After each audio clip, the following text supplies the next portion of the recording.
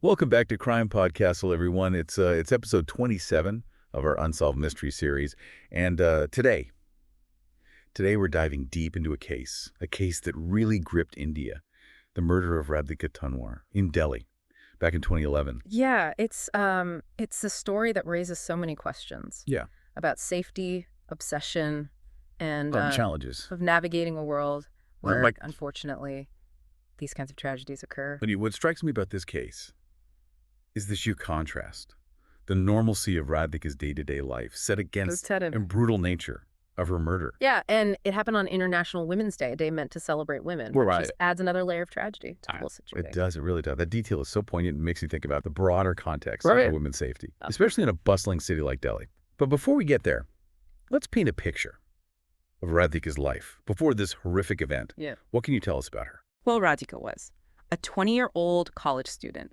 at Delhi University, attending Ramlal Anand College. She had a bright future ahead of her, a loving family, and was known for her friendly and outgoing personality. It's truly heartbreaking Yeah. to imagine what her loved ones went through. Yeah. To think she was just going about her normal routine when this happened. Yes, just heading to college, a route she took every single day. Picture this, it's 10:20 in the morning, broad daylight, and she's walking on a busy overpass near Dilakwan, a place bustling with people. Nothing seemed out of the ordinary. And then suddenly... This is where it takes a dark turn. Exactly, out of nowhere, a man appears behind Radhika and shoots her at close range. Just one, single, fatal gunshot. Oh my gosh. Imagine the terror and shock of the witnesses who saw this unfold before their eyes. The killer then simply vanished into the crowd, leaving chaos and devastation in his wake. It's chilling. The audacity of it all. Yeah. Committing such a brazen act in broad daylight with so many potential witnesses around. What were the initial challenges the police faced when trying to piece together this puzzle? Well, the Delhi police were under immense pressure to solve this case. A young woman murdered in such a public and shocking manner sends ripples of fear throughout any community. But they were immediately met with obstacles. For one, getting a clear image of the shooter from the CCTV footage proved incredibly difficult. It seemed the attacker was deliberately trying to avoid being identified. So from the outset, there's an element of premeditation, a calculated approach to the crime. That's certainly one way to look at it. The other major hurdle was the question of motive. Why Radhika? Was this a random act of violence, or was there a more personal, targeted reason behind it? These were the key questions the investigators had to grapple with. And during the investigation, did any potential leads emerge? Did they uncover anything that might point to a motive Right. or a suspect? Well, as they delved deeper into Radhika's life, they discovered something quite unsettling. She had been harassed by a young man a few years prior to her murder. This obviously raised serious red flags and a whole new set of questions. For the investigators, That immediately makes you wonder, could this past harassment be connected to the murder? Was this the act of an obsessed individual? well, it was a line of inquiry the police had to pursue aggressively. They needed to understand the nature of this past harassment, who was involved, and whether there were any indications it could have escalated to something as horrific as murder. This is where the story Yeah. starts to feel like something out of a crime thriller. A potential stalker lurking in the shadows, a motive starting to take shape. Did the police manage to identify this individual? They did. As they investigated further, a name began to surface as a person of interest, a man named Ram Singh, also known as Vijay. VJ. Yeah. All right. Tell us more about him. What was his connection to Radhika? Well, it came to light that Vijay had a deep, long-standing infatuation with Radhika. This wasn't just a passing crush, it was an obsession that had been simmering for years. So what was Radhika's response to his advances? Was this the two-sided situation, or was it something she wanted no part of? She tried to distance herself from him, made it very clear that she wasn't interested in any sort of relationship. But as we often see in cases like this, rejection doesn't always deter someone with an unhealthy fixation. In fact, it can sometimes fuel their obsession even further. So VJ, despite Radhika's clear disinterest, continued to pursue her. What form did this pursuit take? Was it just persistent attempts at contact? Or did it escalate to something more disturbing? Sadly, it went beyond just expressing his feelings. Vijay began to stalk Radhika, monitoring her routines, essentially invading her life in a way that must have been terrifying for her. It's a classic example of how stalking can be a form of control and intimidation, especially for women who are trying to live their lives freely. This is where the case takes a chilling turn. Not only did the police have a potential suspect, but they also have a possible motive. Vijay's obsession with Radhika. Did they find anything concrete that directly linked Vijay to the murder? Yes, and it's quite disturbing. The investigation revealed that Vijay had recently purchased a gun, and not just any gun, a country-made firearm, which are often untraceable and easily accessible in some parts of India. What's even more chilling is the timing of his purchase. It coincided with his return to Delhi after being away for some time. So he returns to Delhi, buys a gun, and shortly thereafter, Radhika is murdered. The pieces start falling into place. They do, and the picture they paint is quite damning. Remember, witnesses described the killer as a young man who seemed to know Radhika's routine well through his stalking. Vijay would have been intimately familiar with her movements. He knew when and where to find her. That's a level of premeditation and planning. Yeah. That is terrifying to think about. It suggests that he may have been fantasizing about this hack for some time, waiting for the opportunity to put his plan into action. It's a dark and unsettling thought. And tragically for Radhika, those thoughts became a horrific reality. So what happened next? Did the police manage to track down Vijay and confront him about his potential involvement in the murder? They did. They managed to track him down all the way to Mumbai, where he had fled after the murder.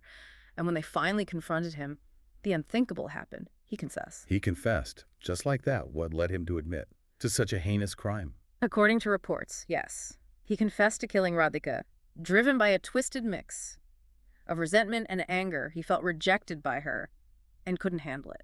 His obsession had completely consumed him, warping his emotions into something dark and destructive. It's a sad and disturbing end to this chapter of the story.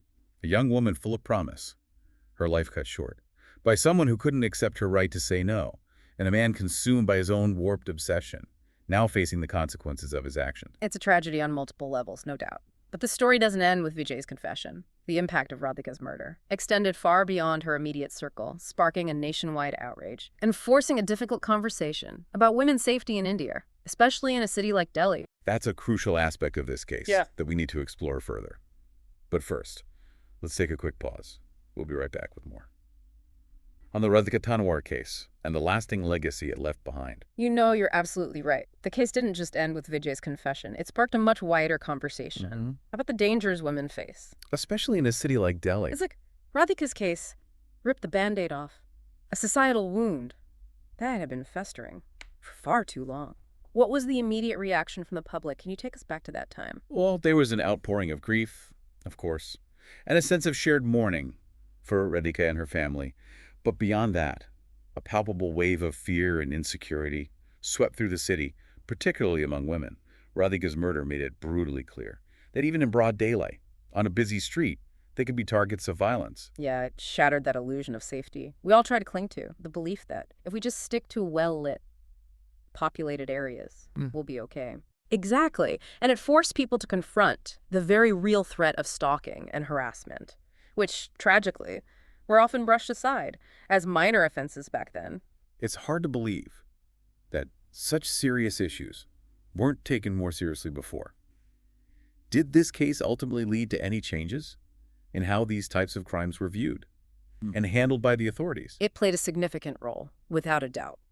Radhika's case, along with several other high-profile cases around that time, put immense pressure on the government to take concrete action against stalking and harassment. What were some of the specific changes that came about as a result of this pressure?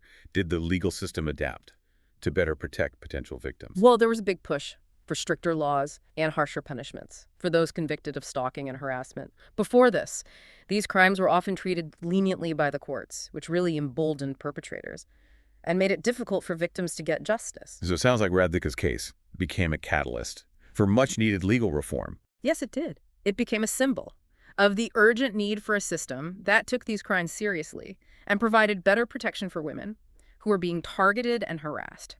Thankfully, this movement for change did gain traction, and in 2013, India introduced stricter anti-stalking laws as part of the Criminal Law Amendment Act. That's a huge step forward, at least on paper. But laws are only one part of the solution. What about societal attitudes? Did this case spark any broader conversations about women's safety and the role of society in addressing this issue? Absolutely. It became a focal point for discussions about deep-rooted issues like gender inequality, victim blaming, and the normalization of harassment. That had unfortunately become ingrained in some aspects of Indian society. Those are complex systemic issues that require a fundamental shift in thinking, in the very fabric of society. It's not something that changes overnight. You're right. Changing mindsets takes time and sustained effort. But Radhika's case, as tragic as it was, brought these issues to the forefront of public discourse, forcing people to confront them in a way they perhaps hadn't before. It seems like this case, while undeniably a tragedy, also served as a much-needed wake-up call, prompting action on multiple fronts, from legal reforms to increased awareness and a more open dialogue about the challenges women face. Would you say Radhika's story left an indelible mark on the ongoing conversation about women's safety in India? Without a doubt, it became a rallying cry for change, a demand for a society where women could live their lives freely and without fear, where their right to safety and freedom was not up for debate. It's a powerful legacy, born out of heartbreaking loss. But even with these advancements, these positive shifts, there are still lingering questions, aren't there? Questions that go beyond this specific case and touch on the broader issues we've been discussing. You're exactly right. These are questions we should all be grappling with, not just as individuals, but as a society. How do we create an environment where women truly feel safe in public spaces? What are the warning signs of stalking and obsession that we need to be aware of? And how can we intervene before they escalate into violence? And just as importantly, how do we encourage people to report harassment without fear of judgment or stigma? How do we create a culture where victims feel empowered to speak up and know they'll be supported? These are complex issues with no easy answers. They are, but asking these questions, keeping this conversation going, that's the first step towards creating a safer and more just society for everyone.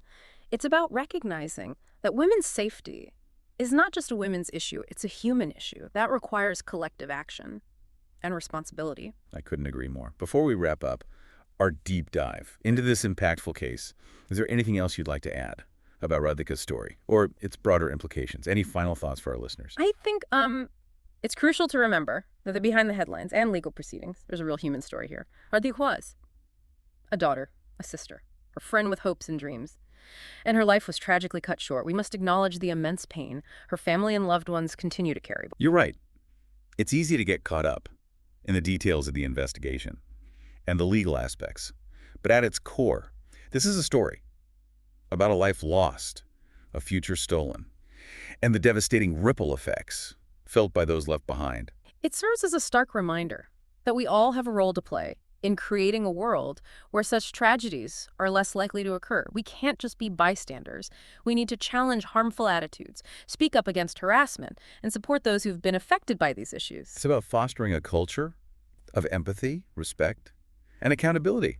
Radhika's story, while heartbreaking, has undoubtedly sparked important conversations and driven positive change. But as we've discussed, there's still work to be done. Absolutely. This is an ongoing conversation, an ongoing struggle for a safer, more equitable society. And each of us has a responsibility to contribute to that change in whatever way we can. Well said. This has been a profoundly impactful deep dive, and I want to thank you for sharing your insights and expertise with us. The pleasure was all mine. Cases like this, while difficult to revisit, are essential to remember and learn from. And to our listeners, thank you for joining us as we explored the tragic case of Radhika Tanwar. It's a story that stays with you long after the episode ends, prompting reflection on the world around us and the role we each play in shaping it. If this case has resonated with you, if it's raised concerns or questions, we encourage you to reach out to organizations dedicated to addressing these issues. Remember, there are resources available, people who care, and a collective movement pushing for positive change. You don't have to face these challenges alone. Don't hesitate to be part of that movement, to lend your voice and support to creating a safer world for everyone. And as always, if you have any thoughts, theories, or reflections on the case, please share them with us. We're always eager to hear from our listeners. That's right. Welcome to CrimePod Castle, Unsolved Mystery Series, Episode 27. Don't forget to follow and subscribe to CrimePod Castle for more deep dives into India's most captivating and thought-provoking cases. Until next time, stay vigilant, stay curious, and as always, stay safe.